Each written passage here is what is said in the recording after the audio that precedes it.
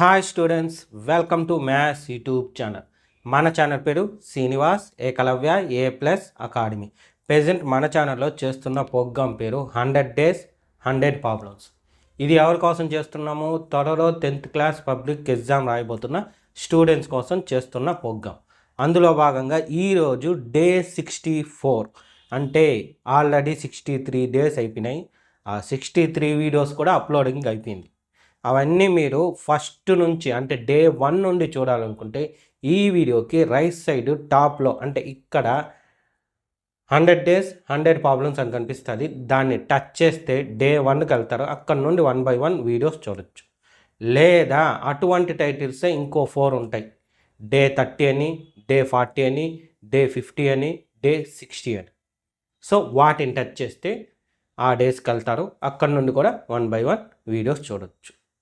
అదేవిధంగా ఈ వీడియోకి ఎండింగ్లో డే 63, డే 65 అంటే ఈ రోజుకి, ఈ డేకి ప్రీవియస్ డే, నెక్స్ట్ డే అనేది ఎండింగ్లో ఉంటుంది. అక్కడ నుండి కూడా మీరు వీడియోస్ చూడొచ్చు. ఓకే, సరే ఇంకా క్లాస్ స్టార్ట్ చేద్దామా? ఈరోజు డే 64. సో ఈరోజు కూడా 4 ప్రాబ్లమ్స్ ఎక్స్ప్లెనేషన్ ఇస్తాను, 2 ప్రాబ్లమ్స్ ప్రాక్టీస్కి ఇస్తాను. ఇవంతా కూడా 2 marks ప్రాబ్లమ్స్ ఈరోజు చెప్పుకునేవన్నీ. అదేవిధంగా ఇవంతా ఏ చాప్టర్ నుండి? ప్రీవియస్ వీడియో లాగే surface areas and volumes.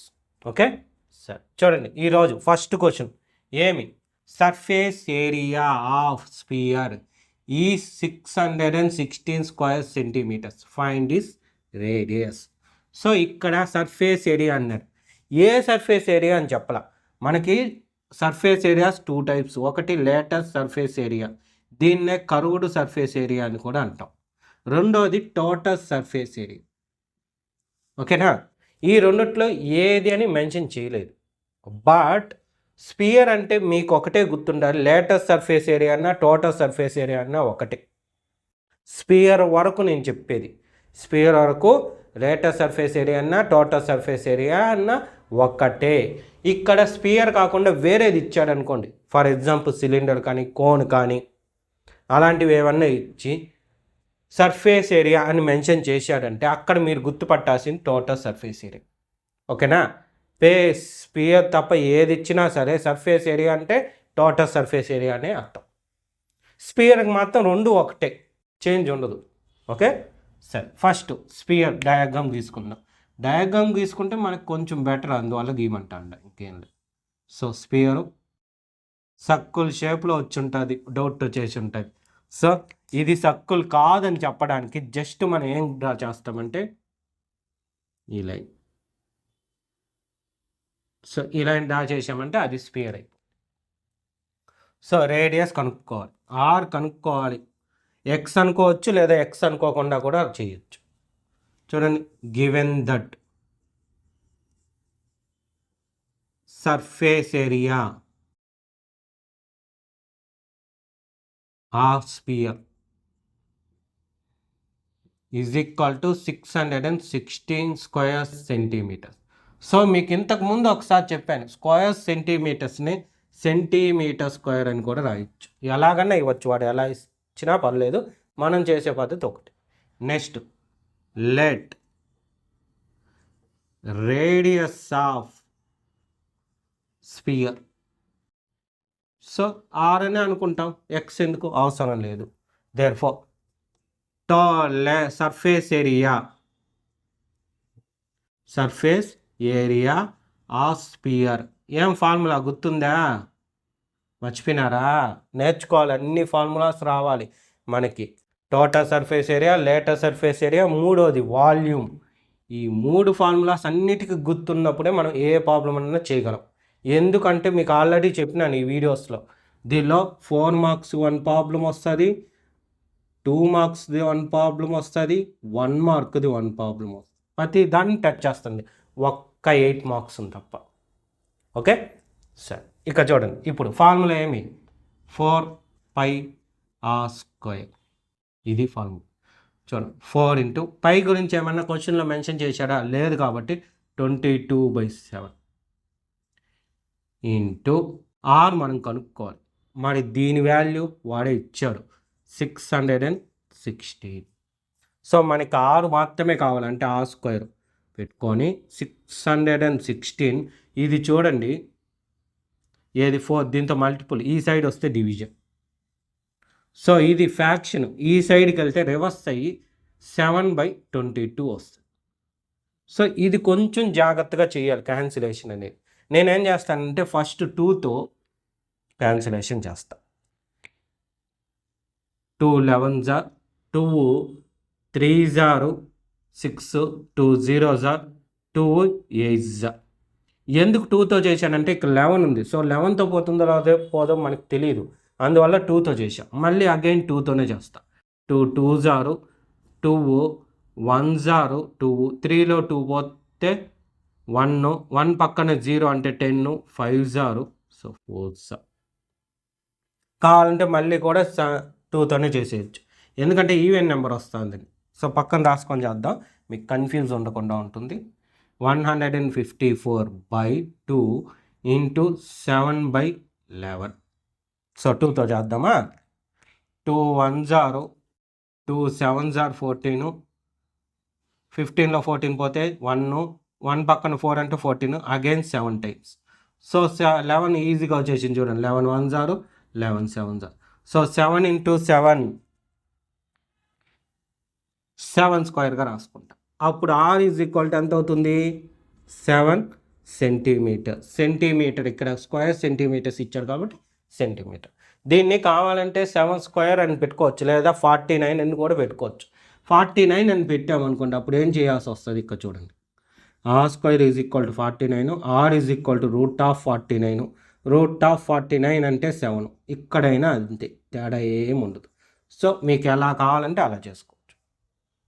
Answer అయిపోలేదు, జస్ట్ మనం ఇన్ఫర్మేషన్ ఇవ్వాలి వాళ్ళకు. ఏమని, ఇట్స్ రేడియస్ అన్నాడు కాబట్టి therefore radius r is equal to 7 centimetres అని రాయాలి. దీని కింద రాయాలి, నాకు ప్లేస్ లేకపోవడం వల్ల పక్కన రాశాను. ఇది 2 మార్క్స్ ప్రాబ్లం. ఈ డెడ్ ఈజీ ప్రాబ్లం, ఫార్ములాని ఐడెంటిఫై చేసుకోండి. అదే మరి నెక్స్ట్ ఇంకో ప్రాబ్లం చూడండి. Find the TSA. టీఎస్ఏ అంటే ఏమర్థము, టోటల్ సర్ఫేస్ ఏరియా. దేనికి, సిలిండర్కి. ఇది అంతా ఒకటే, ఏ రైట్ సర్క్యులర్ సిలిండర్ అన్నా జస్ట్ సిలిండర్ అన్నా ఒకటే. మీరు జస్ట్ టీఎస్ఏ ఆఫ్ సిలిండర్ అని గుర్తుపట్టండి. ఈ పేరు ఉన్నా ఇబ్బందిలే, లేకపోయినా ఇబ్బందిలే. ఏ రైట్ సర్క్యులర్ అనే పేరు స్పియర్కి వస్తుంది, ఇంకా దేనికి వస్తుంది గుర్తుందా? సారీ, స్పియర్ కాదు, సిలిండర్కి వస్తుంది. ఇంకా దేనికి వస్తుంది అంటే కోన్కి వస్తుంది. ఓకే, నెక్స్ట్ ఇంకేమి ఇచ్చాడు, రేడియస్ చెప్పాడు 7 centimetre and height 10 centimetre. Okay, first వాడు ఇచ్చిన డయాగ్రామ్ గీసుకుందామా. ఓకే, సిలిండరు 2 మార్క్స్కి డయాగ్రామ్ గీకపోయినా ఇబ్బంది లేదు, బట్ గీసుకుంటే బెటర్ అని నేను గీస్తాను ఎప్పుడు మీకు ఎగ్జామ్ బాగా రాయాలి అన్న ఉద్దేశంతో. రేడియస్ కాబట్టి ఇది r is equal to 7. Next height 10, so h ఈడ 10 సెంటీమీటర్. డయాగ్రామ్ అయిపోయింది. 2 మార్క్స్ కాబట్టి చాలా సింపుల్గా ఉంటాయి మనకి. గివెన్ దట్ ఏమిచ్చాడు, ఫస్ట్ రేడియస్ ఇచ్చాడు కాబట్టి రేడియస్ ఆఫ్ సిలిండర్, రేడియస్ అంటే r is equal to 7 centimeter. Next height of cylinder, height of cylinder h is equal to ఎంత, 10 సెంటీమీటర్స్. నెక్స్ట్ ఏం కనుక్కోమన్నాడు, టీఎస్ఏ టోటల్ సర్ఫేస్ ఏరియా,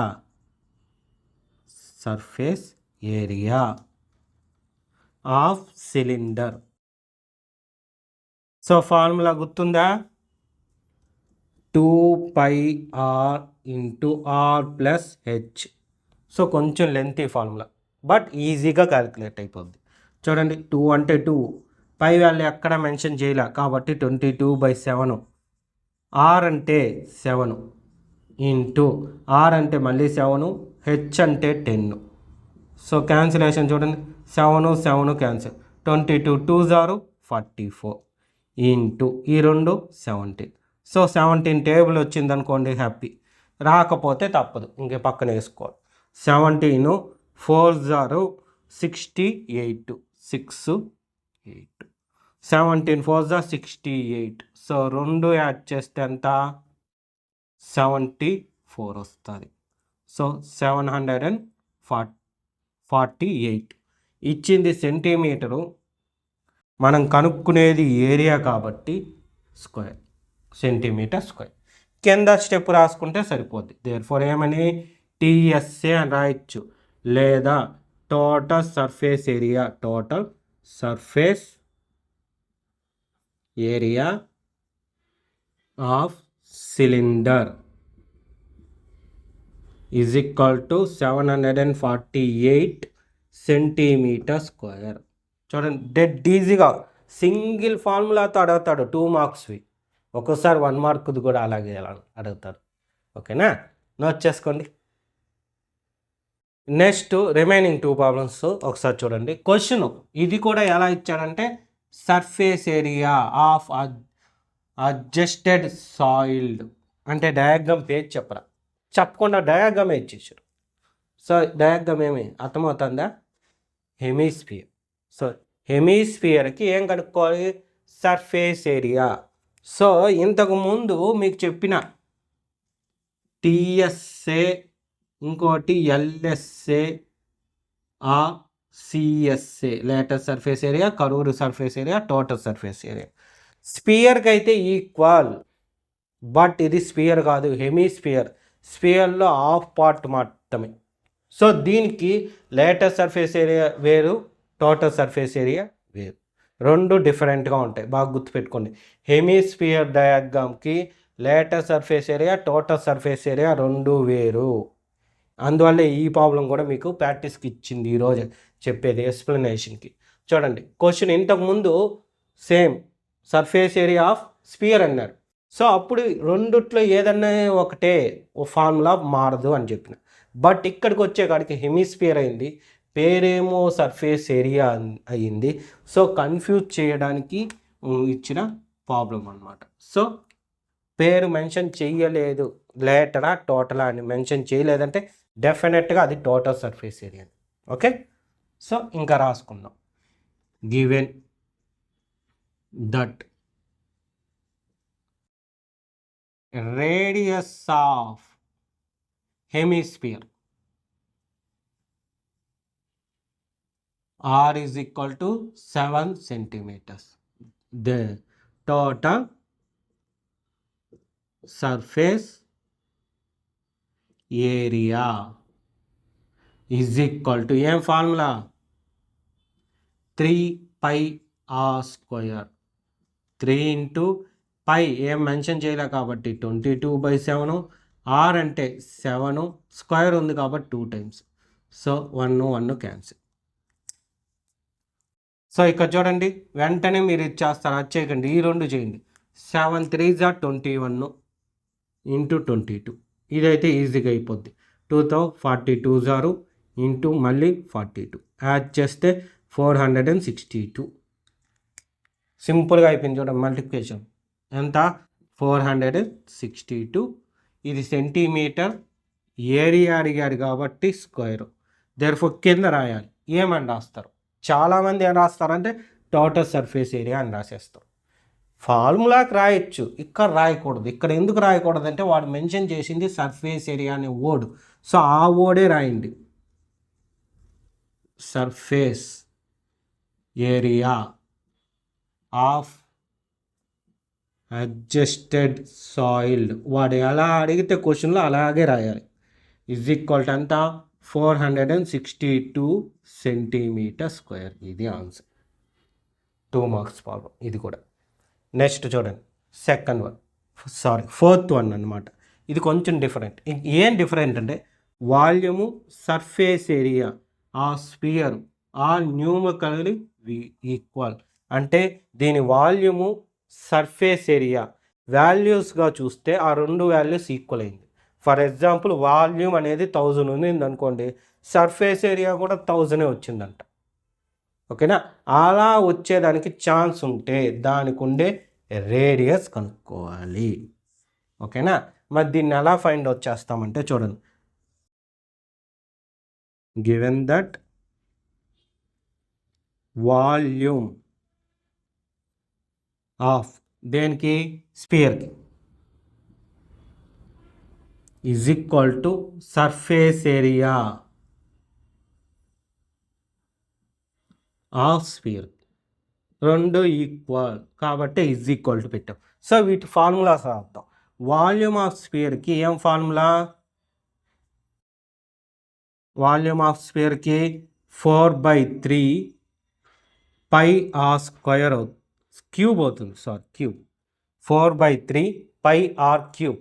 అదే సర్ఫేస్ ఏరియా ఆఫ్ స్పియర్కి 4 r square. బాగా observe చేయండి, ఇక్కడ 3 వచ్చింది, క్యూబ్ వచ్చింది వాల్యూమ్కి, స్క్వేర్కి మాత్రం స్క్వేర్ వస్తుంది, అదే సర్ఫేస్ ఏరియాకి స్క్వేర్ వస్తుంది.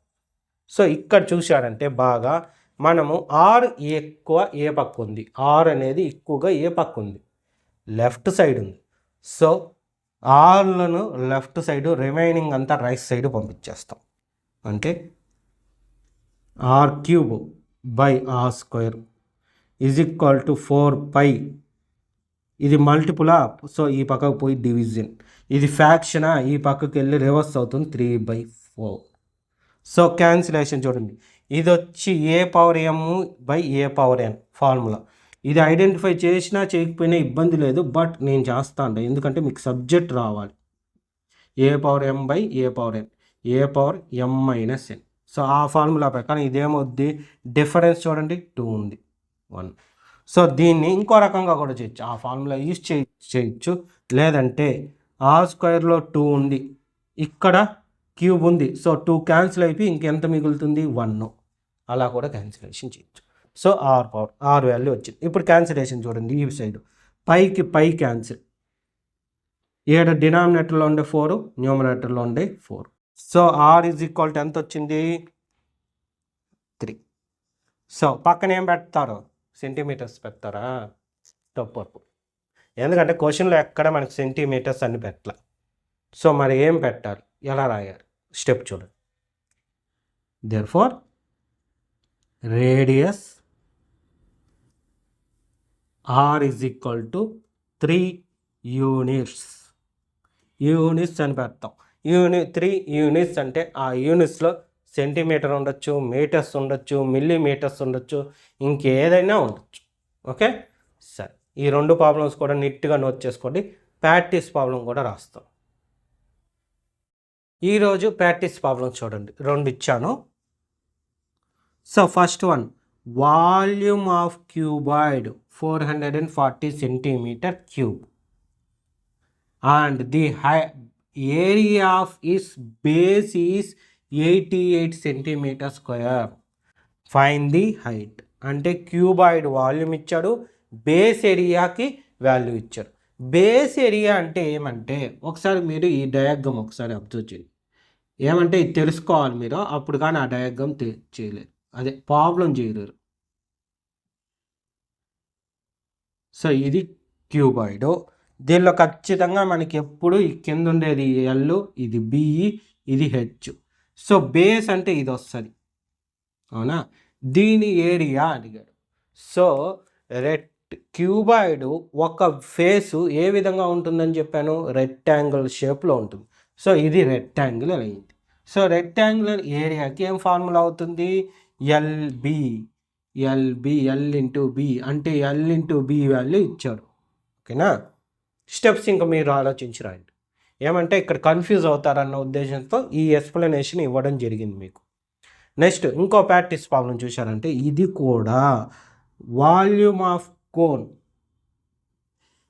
వాల్యూమ్ ఆఫ్ కోన్ ఎంత, 462 సెంటీమీటర్ క్యూబ్.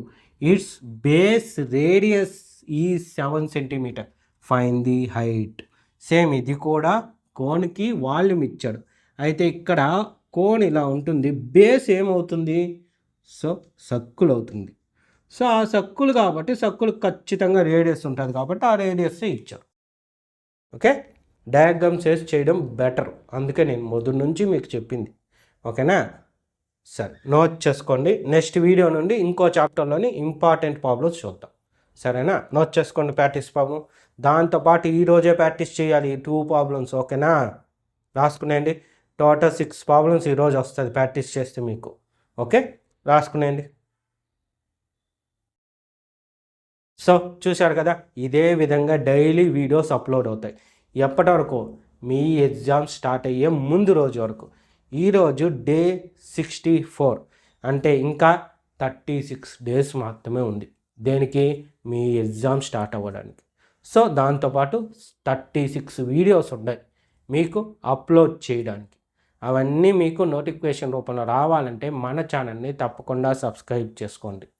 మన ఛానల్ పేరు శ్రీనివాస్ ఏకలవ్య A+ అకాడమీ. అదేవిధంగా ఈరోజు ఎక్స్ప్లెనేషన్ చేసిన 4 ప్రాబ్లమ్స్ మీకు క్లియర్గా అర్థమైంటే ఈ వీడియోని లైక్ చేయండి. మీ ఫ్రెండ్స్ ఎవరన్నా ఉంటే వాళ్ళకు కూడా షేర్ చేయండి. ఓకేనా? Thank you.